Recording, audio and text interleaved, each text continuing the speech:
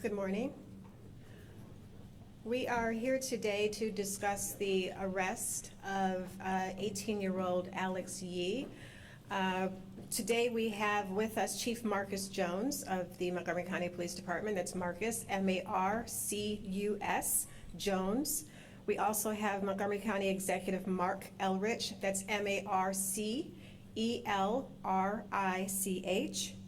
We have from the FBI Special Agent Bill Del Bagno, D-E-L-B as in boy, A-G-N-O. We have Brian Hull, the Chief Operating Officer for Montgomery County Public Schools, as well as John McCarthy, the State's Attorney's Office. That's John McCarthy, M-C, capital C-A-R-T-H-Y. And Council President Andrew Friedson. That's Andrew, common spelling, Friedson, F-R-I-E-D-S-O-N. Councilmember Will Jawando, that's Will, common spelling, J-A-W-A-N-D-O. Have I missed anyone? All right, first up we have Chief Jones. We will allow at least 2 to 3 minutes for comments from each speaker, and we will also have at least 5 to 7 minutes afterwards for Q&A.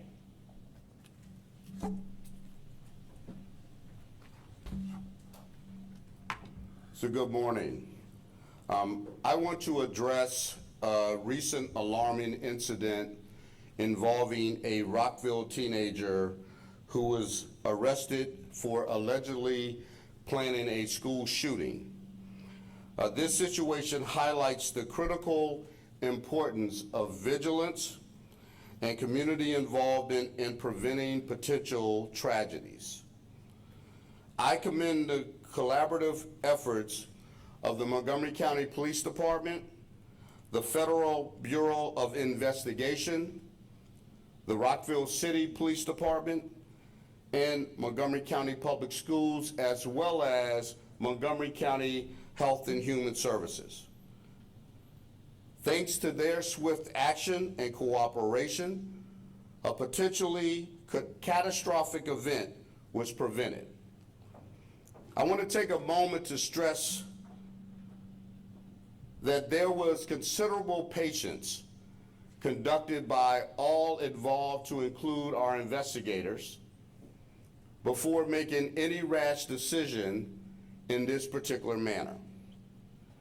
I want to stress that we've been working with Montgomery County Public Schools for several years.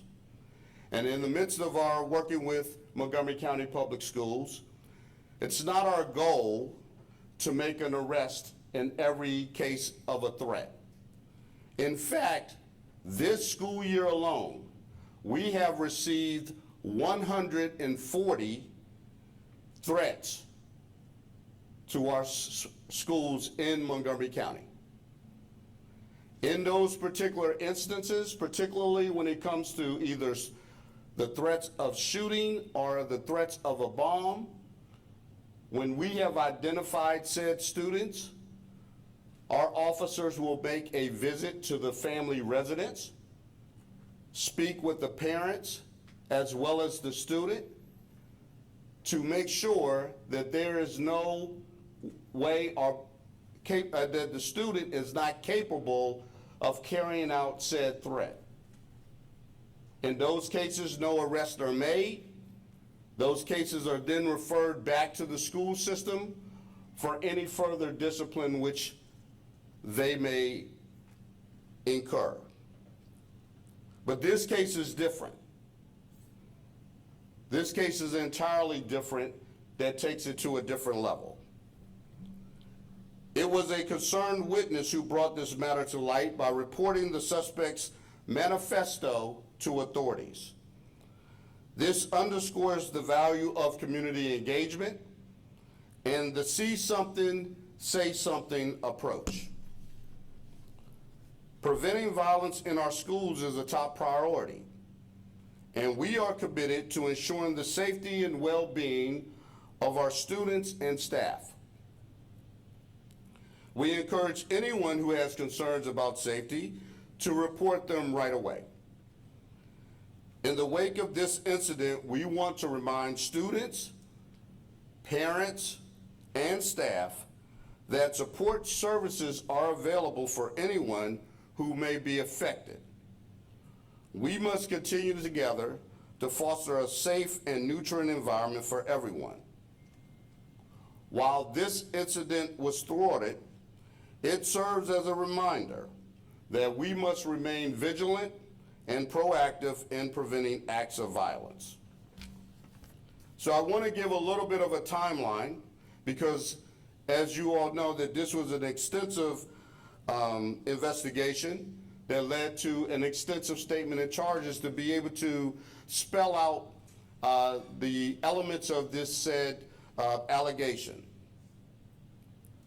On March 3rd, the Baltimore County Police Department contacted the Rockville City Police Department to check the welfare of a subject. This particular subject, Mr. Alex Yee, was, again, there were information about a threat that had been made. In regards to that threat, the Rockville City Police Department responded to check the welfare, spoke to the father of Mr. Yee, and was denied entry and not allowed to search the residence or to interview the subject. On March 4th, the Rockville City Police Department notified the Montgomery County Police Department's Community Engaged Division, and at which point in time, our crisis intervention team began an investigation on Mr. Yee. Based upon the information that had been received, because of the threats that the witness had noted that Mr. Yee had made significant statements in regards to committing an act of violence of shooting up not only his high school, Wooten High School, but also shooting up an elementary school, his elementary school that he went to. We have been made aware of this, and therefore, after finding out about this particular information, we discovered that Mr. Yee had shared his memoir, a 129-page manifesto, with the witness.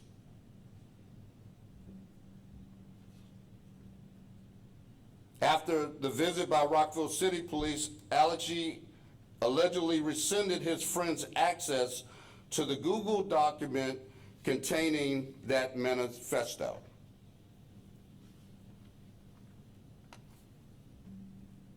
Our investigators obtained a search warrant for that Google account. Limited information showed search history related to firearms. Through his Discord account on March 5th, Yee wrote, "My friend reported me to the police for a book I am writing." Timestamps of Yee's Google search showed that after the visit, that Yee researched gun ranges near me. He also researched minimum age to enter a gun range. And he also obtained written and verbal descriptions of AR-15s. He also looked up the book Forgive Me, which is a novel about a high school student who plans to shoot his friends and then kill himself. During the execution of the warrant, officers were able to read Yee's manifesto, which Yee alleges is fiction. In the document, Yee writes about targeting his former elementary school because little kids make easier targets. He strategized on how to access the easiest classrooms in his high school and how he would be able to sneak a gun into the school. He also wrote that he wanted to become a serial killer instead of a mass murderer because serial killers are romanticized a lot more. On Wednesday, March 6th, crisis intervention officers evaluated Yee at his home, and he was taken to a hospital on the strength of an emergency evaluation petition. During his hospital stay, medical staff would later notify the FBI Baltimore field office and Montgomery County Police and the staff on Wednesday, March 13th. Staff was concerned with the threat posed by Yee. FBI agents would go to interview other staff at Wooten High School on Friday, March 15th, speaking to a school psychologist. The counselor stated that Yee was fixated on and made statements every time they spoke about committing a school shooting. Even after being removed from the school, Yee said that he could do something at graduation because he lived close to the school. Yee was preoccupied with self-harm, school shootings, and explosives. The Montgomery County Police Department and FBI visited with Yee at the hospital again on Tuesday of March 19th. Yee declined to speak with investigators at that time. Hospital staff disclosed that Yee shared he routinely searched mass shootings and school shootings on the social media app Discord. Based on the manifesto and internet searches, Montgomery County Police obtains a search warrant for Yee's home on Thursday, March 21st. An iPhone, an iPad, and a laptop were recovered.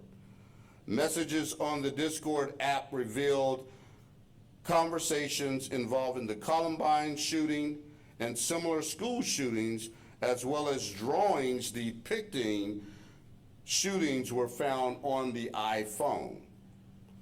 Searches on Yee's iPad, cell phone, and computer revealed searches for 2023 mass shootings, Sandy Hook shooting game, Parkland shooter sentence, and what counts as a terroristic threat, and more.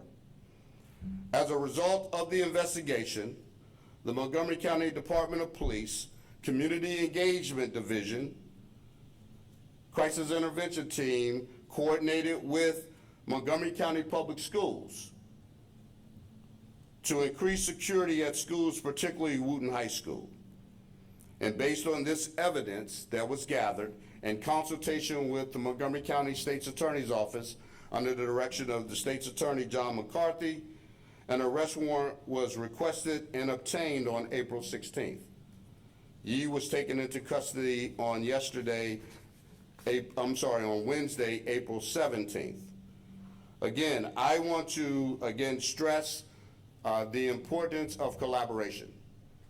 It is important in our community, and these are very difficult decisions to make. We know that we have individuals who are troubled in our community, even our young people. But it is our role in public safety to make sure that these individuals get the necessary help that they need in the times of crisis. And so I want to commend all who were involved, who took the necessary steps, and who had patience, who didn't rush to judgment, and who, again, with other partners and experts who are in this field to make the decision, the more difficult decision to arrest Mr. Yee. So at this time, I'll turn it over to Mr. Elbridge. So thank you all for coming out today. This is really an important incident and a very troubling incident, and it reminds us of the importance of being aware of what is occurring in our community, and also the importance of being supportive of each other in times of distress. The situation detailing the plans for mass violence against our schools has understandably caused anxiety within the school community, because since this is something that has happened before, it is not unreasonable for people to have fears about what could happen if it occurred here and it occurred here again. And I want to thank the swift collaborative efforts between law enforcement agencies, including Montgomery County Police Department, Montgomery County Public Schools, and the FBI that helped prevent this potential tragedy from unfolding. And it's a young person has been charged with a very serious offense of threatening mass violence. I'll say, we know that Alcee struggled with significant mental health challenges, including homicidal and suicidal ideation, over an extended period. And I hope one of the things that comes out of this is a look back on how early did we know that he was either expressing suicidal or homicidal ideation, and when did we begin intervening? It's kind of a statement on the state of mental health within this country. There just are not adequate facilities or practitioners to deal with the mental health issues that exist in our community. And he clearly had mental health issues, and I think it would be worth our while to figure out, when could we have known, or when should we have possibly intervened? Because we may have intervened at the right time, but at a very late time in the process. So hopefully this will lead us to look deeper into what we do for mental health supports. I want to express gratitude for the person who came forward. The chief talked about see something, say something. This person saw something and said something, and that's really important. We don't know where we would be today if that person hadn't come forward and told us what they had seen. I also want to point out that I think one of the comments that Mr. Yee had made in one of his postings was the difficulty of getting guns here. I will point out Maryland has some of the strictest gun laws, and this may be a helpful thing that he found our gun laws an impediment to getting armed. So people always like to think about, well, what difference does it make? This could well be a case where the difficulty to get guns prevented him from getting a gun when he wanted it, and possibly prevented him from acting as soon as he would have preferred to act. So I think there are some lessons to take away from this going forward.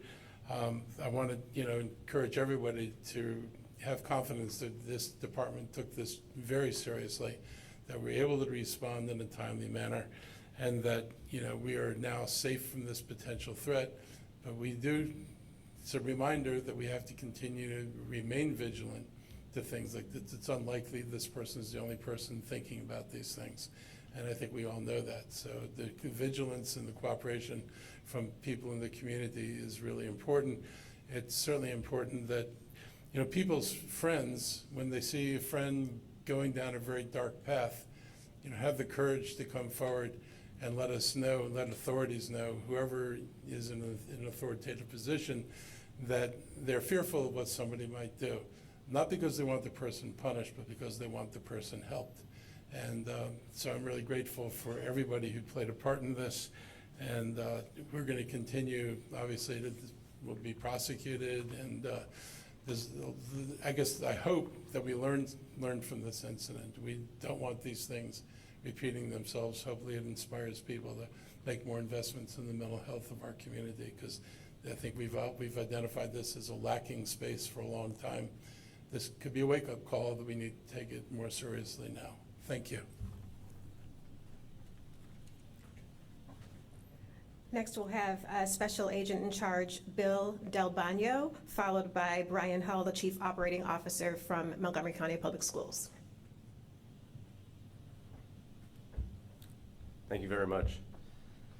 I'm Bill Del Bagno. I'm the Special Agent in Charge of the FBI Baltimore Field Office. Let me begin by saying that there is nothing more precious or more important than protecting our children. As a parent myself of school-age children and also a husband to an elementary school principal, keeping schools safe will always be near and dear and a priority. The FBI and our law enforcement partners remain steadfast in the commitment to identify, investigate, and prosecute those who seek to harm the most vulnerable among us. I can say with complete conviction, threats made against school children will not be tolerated. Every day, the FBI works closely with our law enforcement partners, Montgomery County, Baltimore County, Rockville, throughout Maryland, and across the United States to identify and combat crime and threats facing our communities. All students, teachers, staff deserve to feel safe at school. Threats like this deprive them of that right. We are grateful, we are very grateful to the brave witness who came forth with the information and provided it to law enforcement.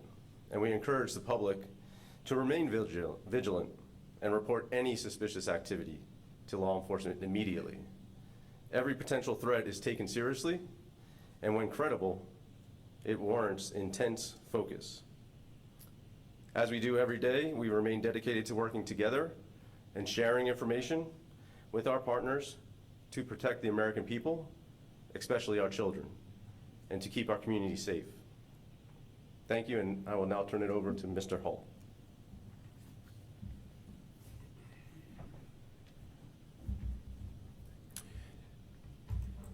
Thank you, Special Agent. My name is Brian Hall. I'm the Chief Operating Officer for Montgomery County Public Schools. I first wish to say the charges made yesterday against one of our students are very serious and alarming, and I wish to show my deep appreciation to all the adults who have come together, identified this concern, and moved quickly to address the matter in the best possible way. We value and appreciate the close collaboration between MCPS Security and MCPD, along with the FBI, in this matter. This collaboration is an example of shared commitment to identifying and addressing potential threats with due process before they materialize. In recent years, schools have played an increasing role in helping students cope with the challenges they face and the need to provide safe and supportive learning environments for them to learn and grow. As such, the school staff and our central services staff partnered directly with the police as they conducted their investigation, as is our process when serious matters such as this must be addressed. Again, thank you, Chief Jones, to your team and all your allied police partners for supporting Montgomery County Public Schools through this. To our MCPS parents, especially those in the Wooten High School community and nearby schools, I want you to know that we have supportive resources in our schools for students and school staff who may need to talk through and process this incident. Professionals such as our psychologists, social workers, and counselors are available for support. Also, through our central office and school security teams and our police partners, we continue to have an enhanced security presence at these same schools in the coming days. This is a police matter, and student privacy rules prohibit me from saying much more than this. But we have confirmed to our families that although enrolled in Wooten High School, the student had not been present in any MCPS school physically since the fall of 2022. The student has been taking online classes and accessing our school staff as necessary, remotely. Ensuring the safety and security of our students is not just a priority, it is a daily commitment of all MCPS staff and leadership. Thank you.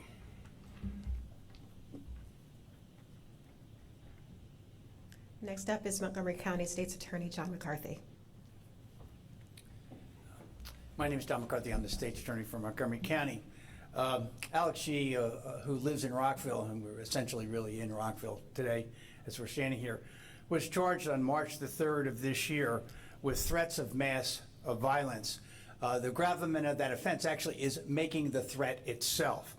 There is tremendous detail in the charging document that you now have possession of that takes you through several months, if not years, that led up to the arrest that took place in March of this year.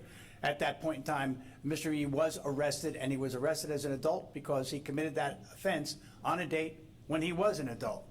There is other evidence that led up to it, and we'll be reviewing that in terms of the dates prior to that. But I will say, like many of the others who preceded me here to the podium, I'm very thankful to the collaboration of the FBI, Rockville City Police, Baltimore City Police, the timely notification that came from Suburban Hospital that told us about their observations when he was committed there on the eve. I will tell you, he is incarcerated. You probably know that. And there is, very shortly after this press conference is over, there will be a bond review in the district court, which is a very short distance from here. That bond review will take place in courtroom 513. He has retained counsel. He has private counsel for the hearing today. The hearing today will be held before Judge Patricia Mitchell, who's previously ran the district court here in Maryland. She is now retired. We will be requesting at that hearing he be held without bond. The charges that he has against them, the threat of mass violence, is a misdemeanor, and the maximum penalty to which Mr. Yee faces is 10 years imprisonment.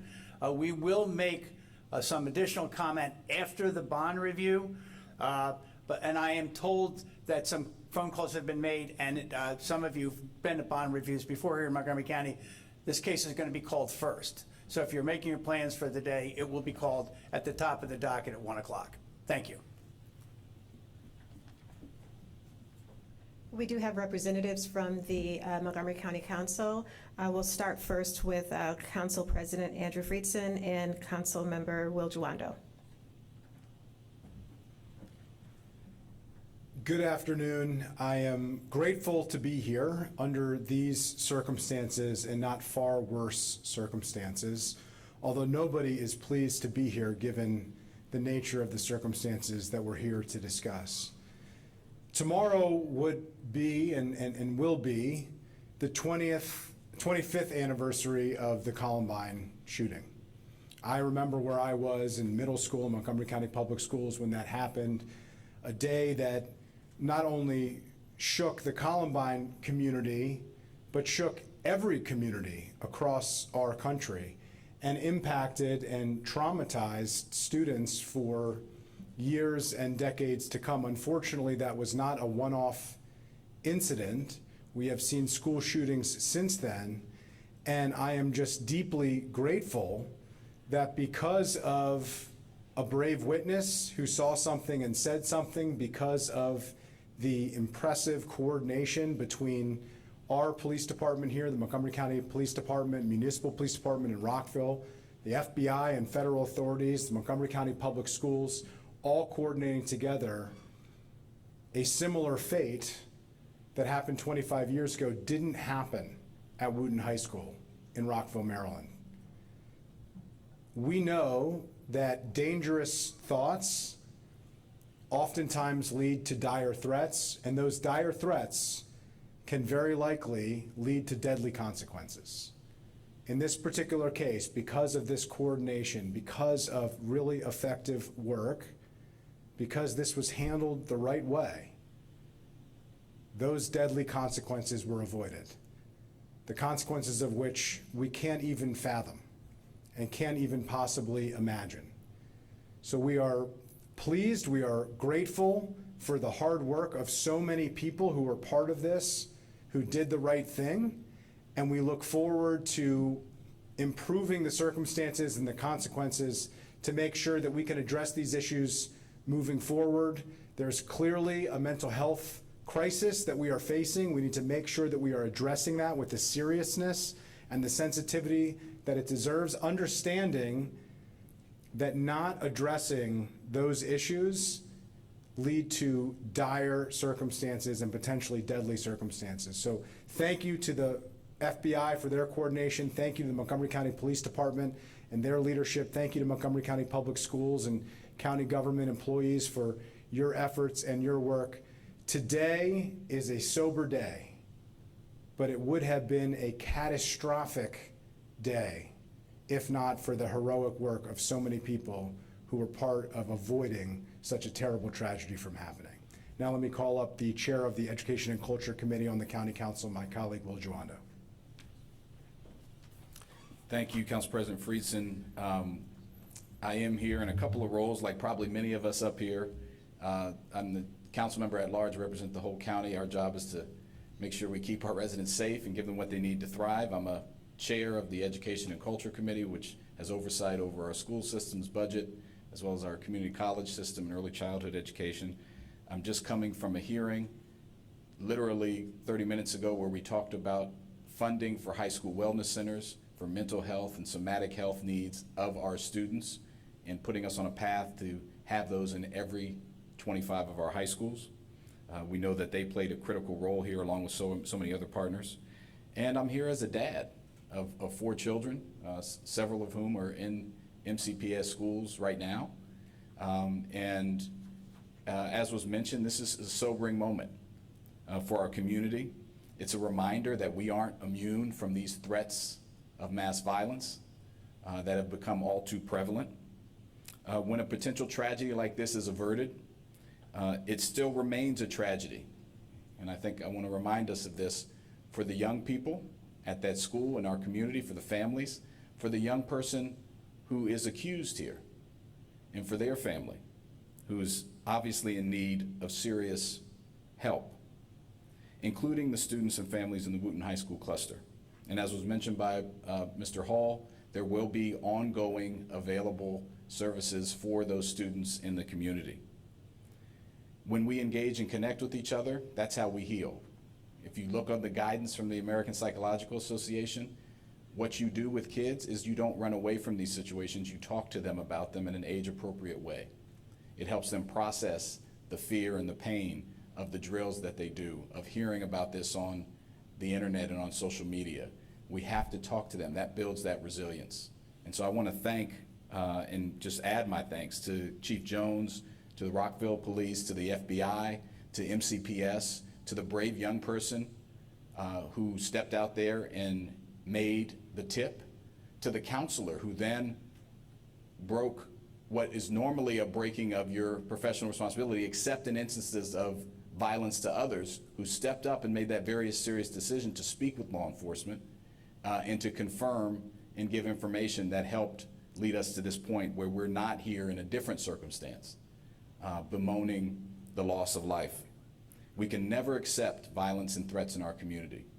And it's our commitment collectively to make sure we ensure everyone is safe. The last thing I'll say is, being a parent, this is not my quote, but I use it a lot, is like wearing your heart on the outside of your chest. Anything touches it, it makes you scared about what could happen. And I'm just thankful we live in a county and a state that has strong gun laws, that has collaboration, that has a strong commitment to keeping everyone safe. That's what happened in this instance. We can obviously always do better and coordinate more, but the system worked, and we communicated with each other in a timely fashion to remove this threat and hopefully get this young man and his family the support they need. Thank you. Okay, did you plan on making a comment? So I'm Councilmember Lori Ann Sales, Councilmember at Large and member of the Health and Human Services Committee. And I wish we were here under different circumstances. It's unfortunate that we're here, but I want to thank law enforcement at the local level, the FBI, and all of the coordinated efforts that thwarted this tragedy from going any further. My heart goes out to everyone that's been impacted, from our school community to the family. We recently passed the SAFE Act here in Montgomery County to avoid any gun-related incidents. We know that mental health is at the top of mind for our residents post-pandemic. And so I'm glad that we are here to ensure that nothing like this happens again. We're going to ensure that this young man receives the repercussions that come with making these sorts of decisions. We never want to have a tragedy like this in our community. And so I'm glad that the efforts of our law enforcement worked, and we have avoided this tragedy, and we are here to commit to moving forward together to ensure that this does not happen again. In the middle of budget season, we are making the investments to ensure that we are bringing the resources our students and our community need to address any challenges associated with mental health, associated with combating violence in our community.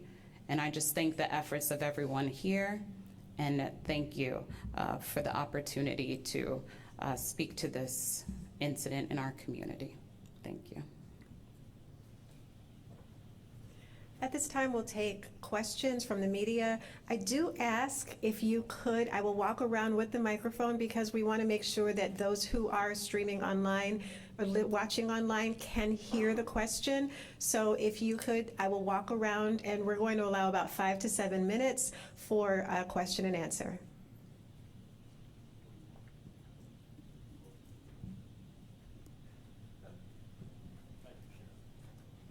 Thank you very much. Chief, a couple quick questions. Question number one, the book made reference to a gun case in a home.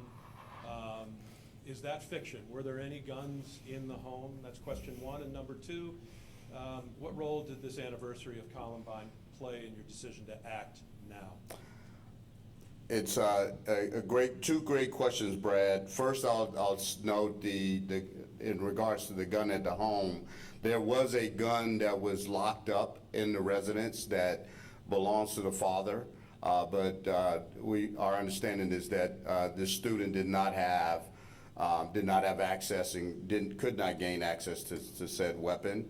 And so the second part about Columbine, it's ironic that you asked this about how would that relate in my decision as we move forward. In fact, I didn't even think about Columbine until yesterday I was reminded about it when we were, after we had made the arrest on Wednesday, and we're now speaking and putting out a press statement about what had actually occurred. So I just think it's eerie in its own right, particularly that it's the 25th anniversary of Columbine coming up on tomorrow.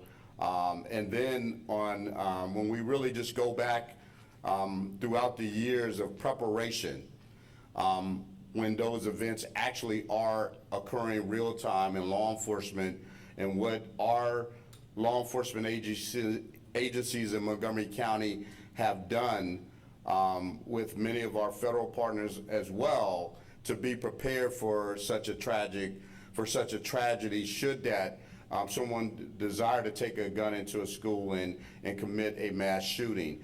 The good news is that's never happened. I am pleased about the work that, again, as I've stated before, that we prevented this from even sort of getting to the next level and preventing it from happening. And this is, again, it goes to what I've always stated about crime in our community.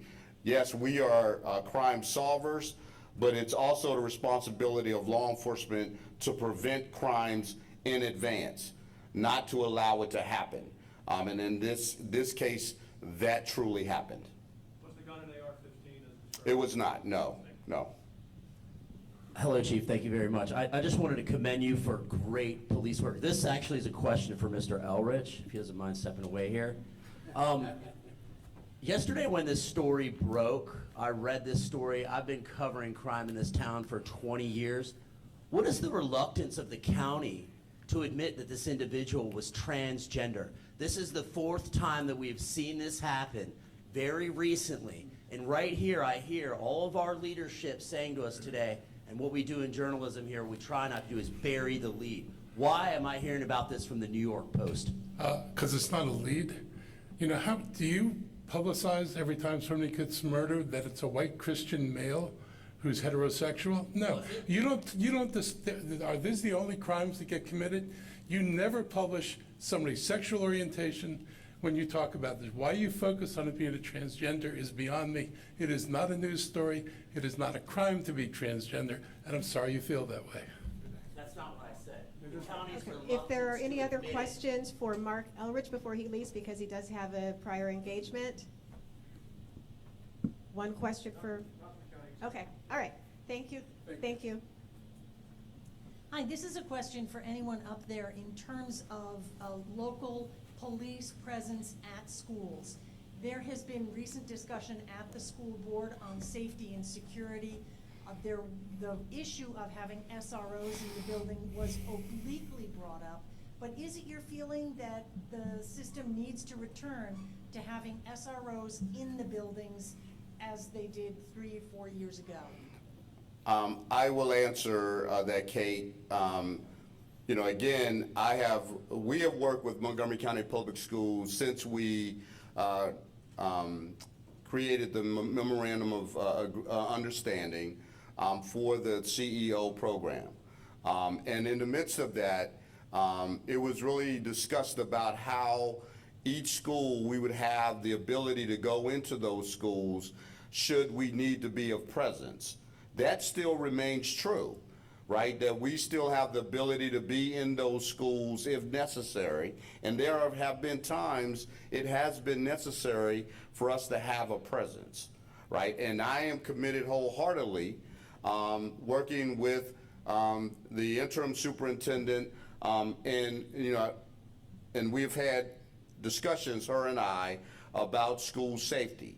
That's an important dynamic, okay? Because presence, again, when I talk about preventing crimes, to me, that's very important. Having a police presence and visibility is a matter that, again, usually deters crime. Not 100%, right? But it has proven to be that when you have visibility, that it does prevent these actions from happening. So we want to continue to work. Our officers are committed to being in those schools as needed, and being visible as required. Okay. Hi. This is another question regarding school security. So as a student at Wooten, I would like to know at what point security around our school increased and who at Wooten was made aware of the reason for the security increase. Great, thank you for that question. So we take security at all of our schools very seriously, and as the chief mentioned, work very closely with our police partners to make sure that we do have a presence anytime that there is an incident or anytime that police are required to be at our schools, and they have provided unwavering support to us. We did make sure that we had an increased level of security as soon as we found out from the police when we were notified of the incident and of the potential school that was mentioned, and so that has been in place and will continue to be in place. But again, I would just thank and commend our police partners and the relationship that we maintain with our police who are in our schools when necessary and do provide a great level of support to make sure that we have a safe and welcoming learning environment for all 160,000 students in Montgomery County. Hello, yes. I have a question. As a candidate running for Board of Education, some parents have asked me to be here, and one of their questions is, elementary schools are an easy target of be seen in Uvalde, Texas, and pages from the would-be shooter. How do you plan to improve safety in our elementary schools? So thank you for that question. First, I will say that our elementary schools are safe. Our elementary schools are very safe, as well as all of our schools. And again, we take this very seriously. We do have security personnel assigned to our elementary schools. Unfortunately, we're not able to have necessarily someone positioned in each school all of the time, but we have personnel that are assigned to each school, and they maintain close relationships with the principals and the administration of those schools, along with our police partners, again, to make sure that we're able to respond timely and effectively to any potential threats. And again, calling on the support of our police partners anytime there is an elevated level of threat to any of our schools. Chief Scott Broom, WUSA 9. Could you please clarify for us, we had an involuntary commitment. It's unclear to us if the arrest occurred upon discharge from a hospital exactly. Was there a time frame? And we talked about criminalizing this versus using the mental health system. What was sort of the decision point to not go for yet another involuntary commitment? What raised it to the level of an arrest? So, well, I'll start with the sort of the timeline with the involuntary commitment. So, I believe Mr. Yee was committed. If my notes are correct, he was initially, again, the emergency evaluation petition was served on March 6th, and he, again, I think was in within the hospital's care until around March, was it like 18th or 19th? I think that's around the date. So he was not released from hospital care and immediately arrested. We were monitoring him to make sure, and again, as the investigation was continuing to go, again, providing security as needed, and making sure that this individual, I think, again, and the community, most importantly, were safe. So that was of most importance to us at that particular time. As it relates to the decision on, again, we looked at the vast majority, again, of not just the fact that, that we know that he has had some psychological challenges, but there comes a time when we know individuals who become involved in this, some of them who also have psychological challenges. The criminal justice system allows us an avenue to help get additional help in order to, again, not only to get those individuals the help, but also to keep the community safe at the same time. And so again, when we looked at all of the elements that were involved in this, comparably not to just what he wrote in the manifesto, but if you look at the other evidence that supported our decision, it related to what he had noted in his internet searches, and we thought that was something that was really, I thought, very damaging, and really showed that he had these thoughts of ideation that these could come true. And so I thought it was important for us to take this initiative on the enforcement front. Okay, one last question from Ms. Shazad, and then we're going to be wrapping. Thank you. Chief Jones, I think you mentioned that he also made statements about the elementary school that he went to. Yes. Can you name the school? I believe it's Lakewood Elementary School. Okay? All right. All right, we thank you for your time. Thank you. Thank you all. Thank you.